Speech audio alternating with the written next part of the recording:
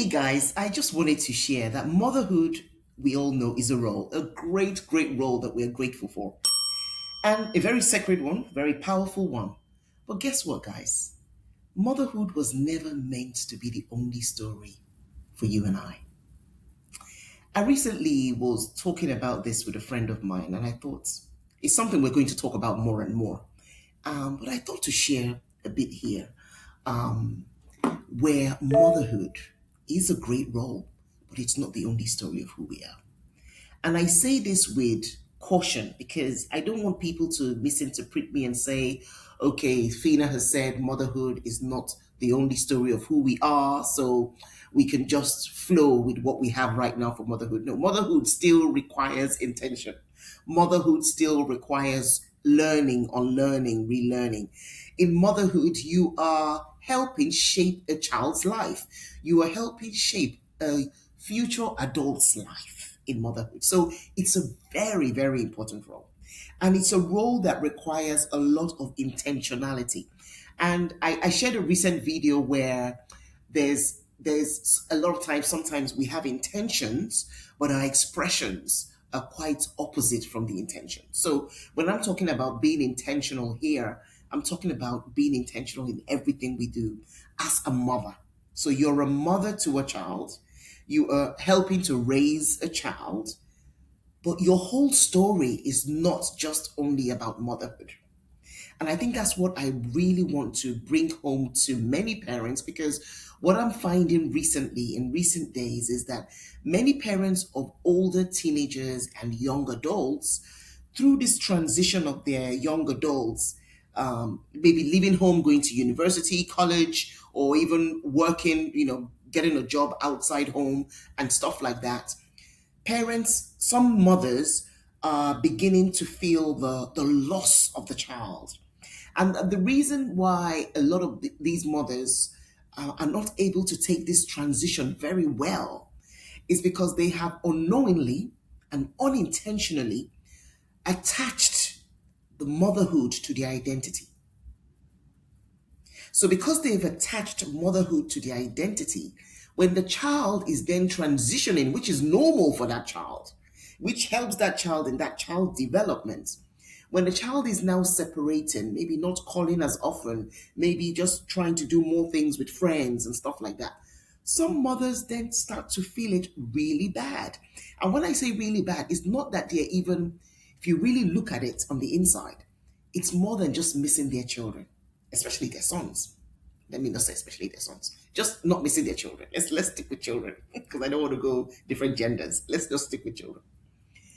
The hidden part of this whole missing stuff that's happening during this transition is that really the mother is actually missing a part of themselves as well because they had so anchored their identity in motherhood that now that they've gotten to such a natural stage and phase of life where the children should naturally start to leave the home, start to do more things out of the home, it becomes like a struggle for many parents. And then you see the friction because many moms are still trying to hold on to control. There's this holding on to control that then pours out in different kind of phrases and sentences. Oh, after all I've done for you, you never call me. I will always be your mother. Yes, you will always be their mother, but your role in motherhood shifts.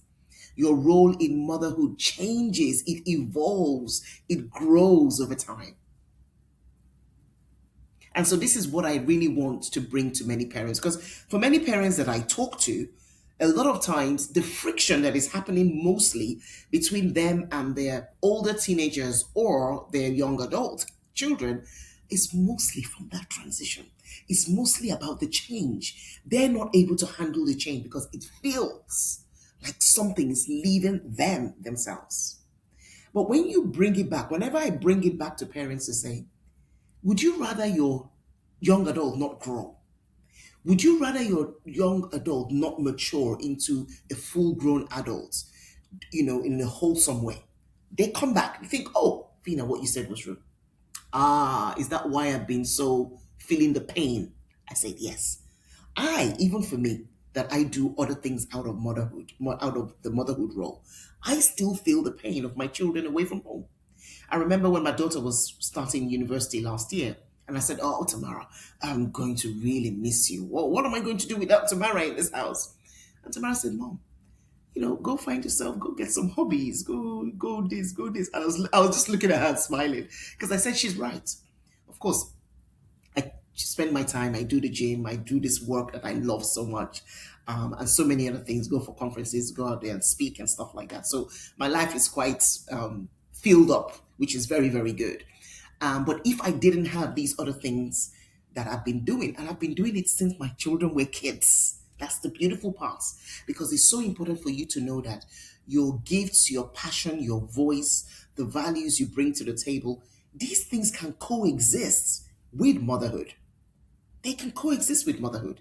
You've just got to be present and know the times and adjust to the shift of times. Yes, when our children were in nursery and primary school, they needed more of us. So we spend time driving them up, drive them to here, take them to this audition, take them to that sports activity, take them to school, come back, go to school, evenings, all that kind of stuff. It's all part of the process. You're going to find yourself in those moments. And those moments are very important because those moments also show your presence. And your presence is so key. But then you find out that as they get older, that presence starts to shift. It now becomes more of quality over quantity of time. Okay?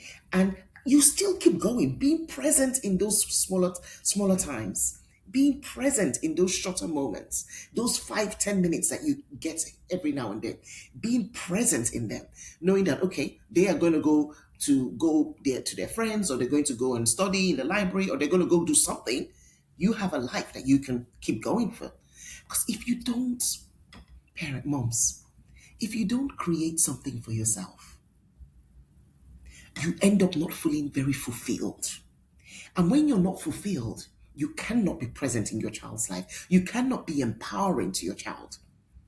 Your cup is over, your cup has run dry. And so that's why it's so important to know that yes, motherhood is a great role, but it's not your whole story.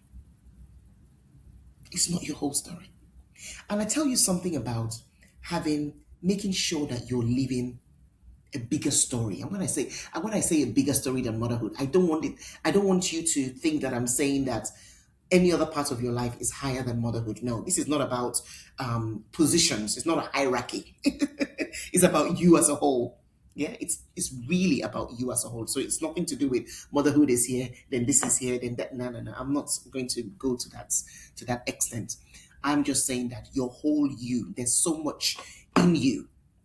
And to deprive yourself of the other things that you've got to bring to this world will not do you a favor as a mom and as a person. And actually, even it will be a disservice to your children. Because I tell you something, your children are empowered by the life that you live outside motherhood. They don't want you stuck just in motherhood. They're going to find it very boring at some point.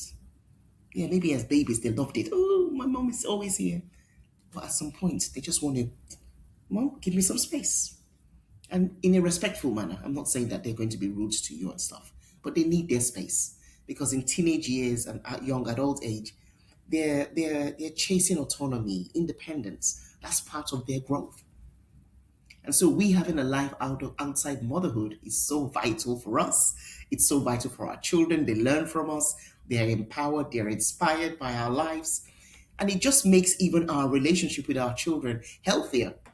It makes it healthier. It makes it richer.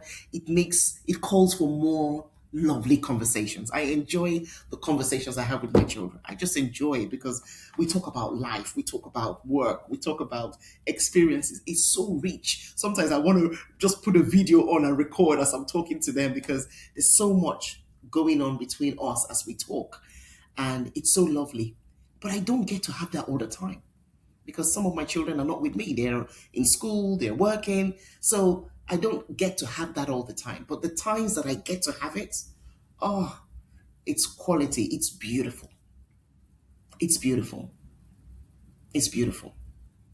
So I just thought to share this, that it's so vital for all of us as moms.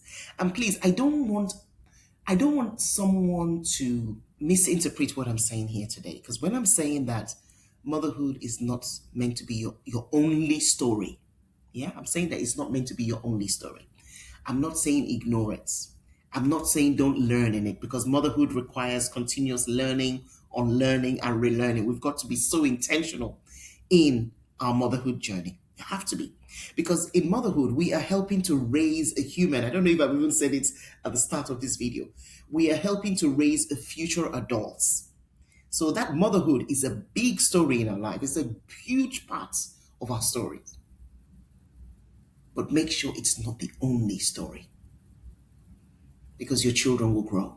Your children will leave the home, which they naturally should be able to do. And our children want to know that we're good when they leave the home. They want to know that, you know what? She's got stuff she's doing. She's happy. She's fulfilled. She's blessing other people. They want to know that. They want to know that. So do it for them. Do it for yourself as well. Because I tell you something else I was just talking to my friend about today, and I said, when we embrace our whole story as moms, so your motherhood role, your passion role, your contribution role, whatever it is that you do out there, your work, whatever it is that you do out there, your business, whatever it is that you do out there, when you embrace your whole story, there's a level of fulfillment that flows from you. And this level of fulfillment, I link it to health, physical health, I tell you. I link it a lot to physical health. I link it a lot. I say, when you're fulfilled, you have a better chance of being healthy in you because there's just something about fulfillment that I can't explain in words, but I think you know what I mean. And it helps us with our health. And to the other side, if we're not fulfilled, then we may be people who just complain, who are bitter about life, who complain, who find it difficult to find the gratefulness and the gratitude in life. And when we don't find the gratitudes and the good things that are happening and the fulfillment, and when we don't find ourselves blessing other people and being blessed and stuff like that, when we don't see that happening, that fulfillment in a whole happening, it affects the way we feel about ourselves. It affects our health. Our health starts to deteriorate. So I would just encourage many parents, many of us as moms, to really look at our role. What are we doing? Are we unintentionally? Because it's very unintentional. I don't think parents just say, you know what, my child and me, we're together, we're not going anywhere. I don't think it happens like that. I think it just happens very gradually, over time, over time. Oh, and one of the problems with this identity, attaching our identity to the children, is that by the time the children make a mistake, we take it so personally because of the way we've identified. So it's almost as if, oh, he did that. That means I am bad. That means I did not do a good job. That means because we've unintentionally attached our identity to them. So motherhood is a great role. Don't get me wrong. It's a great role and it's one of my best stories, but it's not my only story. And that's what I want to leave us with here today, because this will help us to be able to transition in a better way as our children get older. It will help us not to want to control them when that's not the stage any longer to control. And guess what it will finally do? It will also help grow our relationship with our children as they get into adulthood, as they grow in their adult life. Our relationship with them will continue to get better, continue to grow, and continue to be healthier because we're not holding them tight. Do you see what I mean? So let me know in the comment section if this video has helped you, and let me know your thoughts. Let me know your thoughts. Do you agree? What are your thoughts? I'd really, really love to hear from you. I'm so I love this topic, and I'm sure we can share more from this topic. Let me know your thoughts. If you have any questions, please put them as well in the comment section. And guys, have you subscribed to my channel? Because if you haven't subscribed to my channel, this is the best time to subscribe to this channel, honestly, because the things that are coming up, I do not want you to miss it. So please press that subscribe button, like the video, share the video to all your friends, and let's do this together. We're all in this together, in this parenting and motherhood life. We're all in this together, but we want to do it well. We want to do it well for ourselves. We want to do it well for our children. We want to do it like well for our own life's purpose as well. We want to do it well. So I'm looking forward to seeing you next week on this channel. And remember, I am rooting for you all the way. All the way. I'm rooting for you all the way. God bless you. Take care. I'll talk to you soon.